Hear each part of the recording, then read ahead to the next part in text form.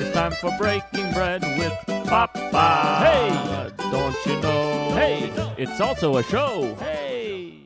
New York. Very intelligent little pieces about New York. Yeah. I mean, we were there in like 2010 to like 14, and my kids were little, and then we left and came to LA and did all this stuff, and then they went back, and I had to tell them that moment when we were in New York and you kids were running up the subway platform, and it was an illusion. It was this golden moment of New York that didn't exist before and probably won't after. Right. This was very, keep your head on a swivel.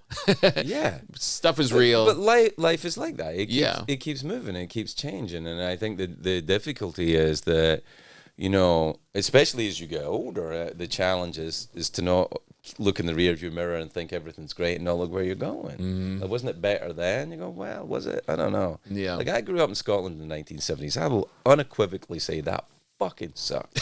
What was it like? Just terrible. Yeah. You know, if the high point of your day is getting an orange, you know, it's like, okay. I didn't love it. Did you have your sights on America at that time? Always. From as far back as I can remember. Rock and roll. I started hearing rock and roll, and I was like, who makes this noise? You know, and then... Who were the first... I would like Elvis, and my parents listened to Johnny Cash albums. Oh, wow. Which is obviously not rock and roll, but it kind of is. America. And it's and Johnny Cash. We knew that Johnny Cash's background was Scottish, so they would listen to Johnny Cash even though I was a little kid. Yeah, and was just fucking singing God. Yeah, and they said, oh, you know, his family are from Scotland. I was like, what? And so I was like, so you can go there, right? And, so that it gets in early. And then when I was 7 years old, it was one of my earliest memories, we were allowed to stay up and watch the moon landing. And I watched the moon landing. I was like, what the fuck is this? Who's doing that? Nobody from my school was landing on the fucking moon. And so it was this information. It was American cultural imperialism, and I'm a victim of it. But in a way, yes, in a way, no, because my people are part of it, you know. Right. And then I had a conversation later on. The realities start coming in. I remember having a conversation with Cornel West years later about these American impulses when I was young. And he said something which I'll never forget. He said, black people have never had the luxury of believing in American innocence. And I was like, oh, okay, so there is, of course...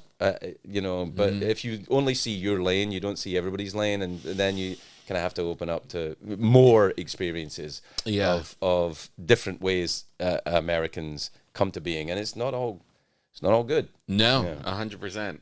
I do feel like I do get frustrated with the all America is shit. It's not.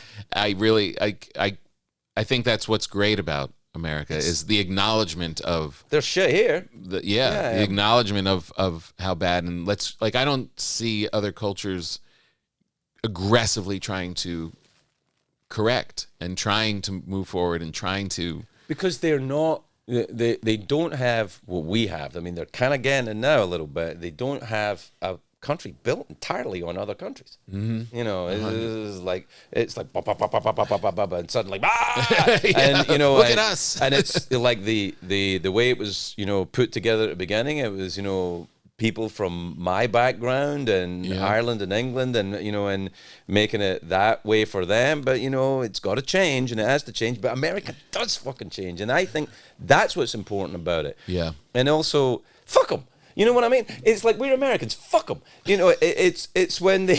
I fucking hate those British documentaries. And they go, you see, Americans are such loonies. Look at this man with a hat that says, who farted on it? And I'm like, that's one fucking guy.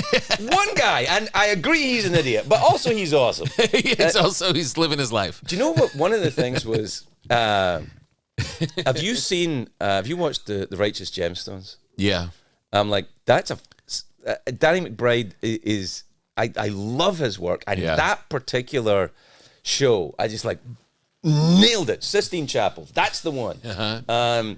Because these are awful people, but they're also awesome people, and they're terrible, but they're not really, and they're human, and they're sometimes quite ugly in their behavior and appearance, but also I know. you know. I know.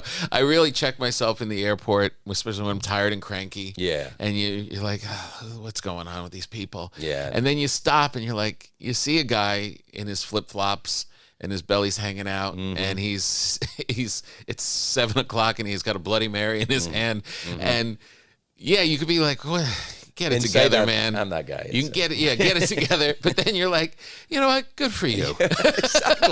Exactly. This is hard. Being a person is hard. Sometimes. And you're doing what you got to do to kind of get through and do what you. God bless.